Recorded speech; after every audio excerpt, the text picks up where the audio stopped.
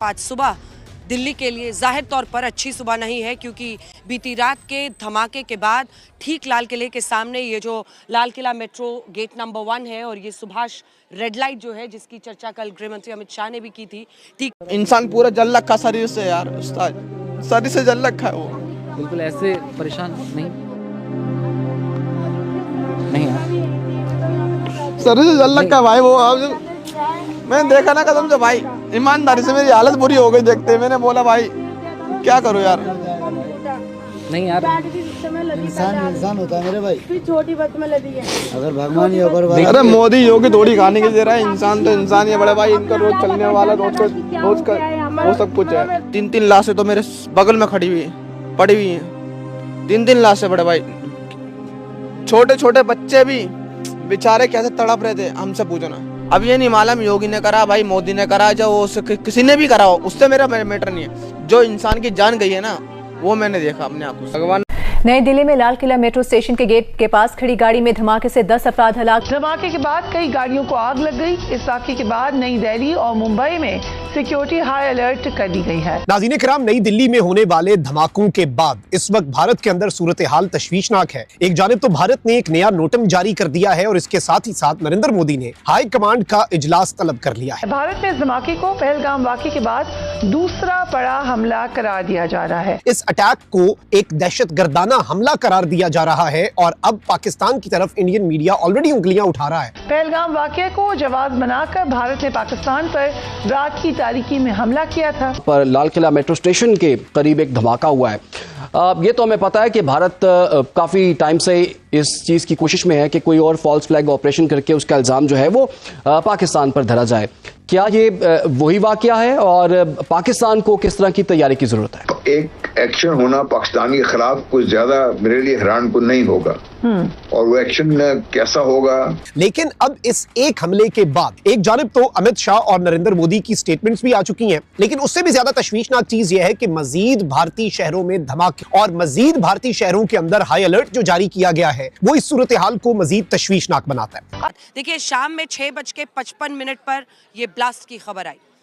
कुल मिलाकर अब मरने वालों की संख्या जो है वो 12 पहुंच गई है। 24 लोग जिनका हालचाल जानने के लिए गृह मंत्री अमित शाह भी LNJP हॉस्पिटल गए थे, वहां से जानकारी आती है कि उनका इलाज चल रहा है।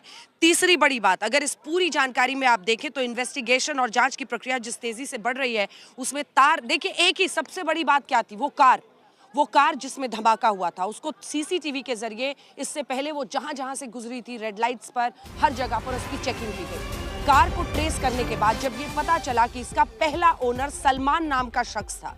सलमान गुरुग्राम का रहने वाला है ये सलमान, और सलमान के बाद कड़ियां कैसे जुड़ती हैं, क्योंकि सलमान इस गाड़ी को आगे बेचता है कई लोगों को, और ये जो मल्टीप्लिसिटी ऑफ ओनरशिप यानी कई लोगों ने इस गाड़ी को खरीदा, वहां से होता हुआ ये पूरा मामला शक के दायरे में ला रहा है मोहम्मद उमर को।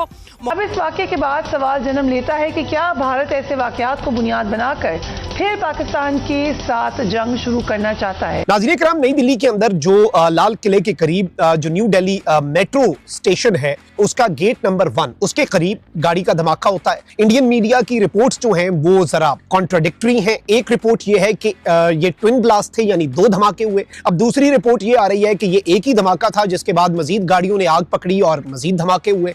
लेकिन इनिशियल इंफॉर्मेशन यही है कि इसमें हलाकतों की तादाद लगभग 10 के करीब है, जबकि बड़ी तादाद में लोग जो हैं वो जख्मी भी हैं। अब सबसे अहम तरीन चीज ये है नाज़रीन किराम कि नई दिल्ली पुलिस जो है उसने इनिशियल रिपोर्ट्स के मुताबिक कह दिया है कि ये CNG सिलेंडर का धमाका है और धमाके में किसी भी किस्म की दहशतगर्दी के शवाहिद नहीं मिले। लेकिन जो भारत की तरफ से एक नोटिफिकेशन और एक अलर्ट जारी किया गया है वो कोई और कहानी बता रहा है और वो कुछ क्वेश्चंस रेज कर रहा है। जबकि ये भी वाज़ेह है कि भारत बार बार अपने अज़ाइम का इजहार करता है कि वो अभी भी हालत जंग में है पाकिस्तान के साथ। पढ़े लिखे बंदे भी तो रेडिकलाइज होते हैं। ये भी कहानी ही बनी है कि पढ़े लिखे बंदे जो है वो रेडिकलाइज नहीं होते, वो भी रेडिकलाइज होते हैं भाई। उनका भी एक अपना एक निज़ाम है, वो भी समझते हैं कि किसी को कत्ल करना जो है ना उनको जन्नत में ले जाए।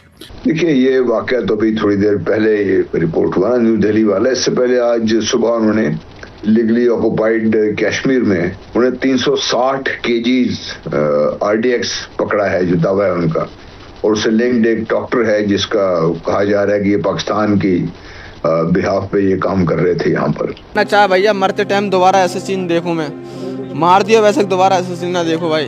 छोटे छोटे बच्चे हाथ जले लेके भग रहे हैं बेचारे, वो छोटे छोटे बच्चे कोने में पड़े हुए हैं। हिम्मत रखो सागर। दरियागंज, मीना बाजार, भागीरथ मार्केट, जहां पर लाइट का बड़ा मार्केट माना जाता है और बड़ी संख्या में लोग, और दिन आज का सोमवार का, गौरीशंकर मंदिर जब भगवान शिव की आराधना के लिए लोग पहुंचते हैं, उसी वक्त शाम को 6:52 पर लाल किले के बिल्कुल मेन रोड पर रेड लाइट के पास ये बड़ा धमाका हुआ। लेकिन यहाँ पर जो लोग थे उन्होंने क्या सुना, क्या देखा और किस तरह से उन्होंने इसे महसूस किया, क्योंकि कहा गया कि जब धमाका हुआ तो भूकंप जैसा महसूस हुआ था। ये आपके सर पे चोट कैसे लगी? सर में चोट कुछ नहीं, मैं खाली गिर गया था ऊपर से। अच्छा, वहाँ पे मैं बैठा। अच्छा भाई, तुम्हारा नाम बता दो पहले। मेरा नाम सागर है। सागर, आप यहाँ काम करते हैं या रहते हैं? मैं फिलहाल के लिए दरियागंज से आ रहा था। अच्छा। और जब आया ना तो मेरा जब मैं आया था, आने के बाद तो मैं 2 घंटा में मात्र यहाँ पे जामजी से निकला। मैं निकलते ही और वहाँ से यहाँ इधर की साइड बैठा मैं, खाली बस वाली। ठीक है। बड़ा गंदा धमाका हुआ। ये मतलब 6:30 के आसपास का वक्त रहा होगा तुम जब आए। ठीक है, फिर 6:52 के आसपास ये धमाका हुआ। तो पहली नजर में क्या देखा तुम्हें, आवाज आई, क्या हुआ था उस वक्त? बड़ा गंदा धमाका हुआ बड़ा भाई। 3 लाशें तो मेरे बगल में पड़ी हुई हैं। वहीं से आप हमारा ये पूरा बुलेटिन आज देख रहे हैं, ये तस्वीरें हैं।